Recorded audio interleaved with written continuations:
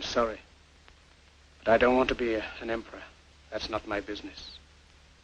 I don't want to rule or conquer anyone. I should like to help everyone if possible. Jew, Gentile, black man, white.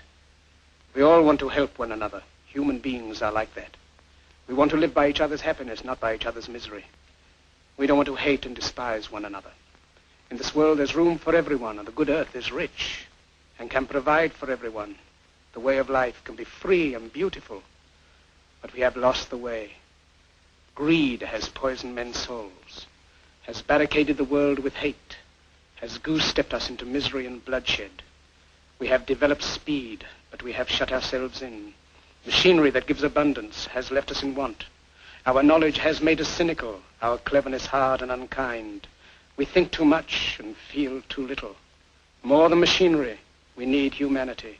More than cleverness, we need kindness and gentleness. Without these qualities, life will be violent and all will be lost. The aeroplane and the radio have brought us closer together. The very nature of these inventions cries out for the goodness in men, cries out for universal brotherhood, for the unity of us all.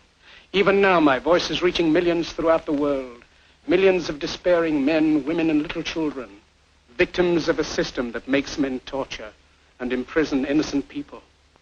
To those who can hear me, I say, do not despair. The misery that is now upon us is but the passing of greed, the bitterness of men who fear the way of human progress. The hate of men will pass, and dictators die, and the power they took from the people will return to the people.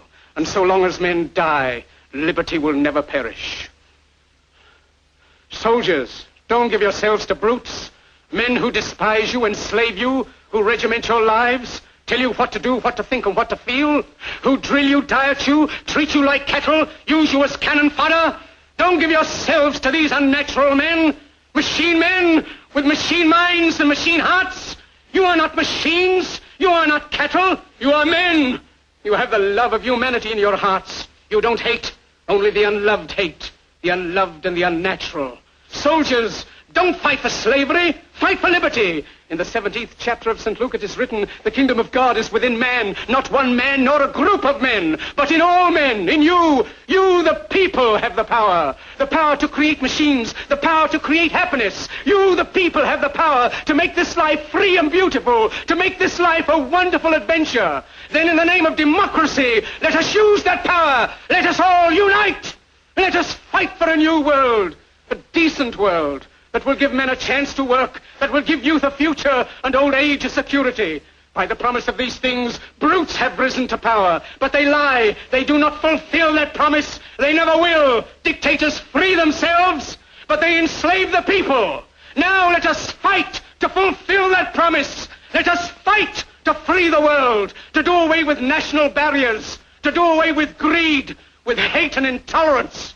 Let us fight for a world of reason, a world where science and progress will lead to all men's happiness. Soldiers, in the name of democracy, let us all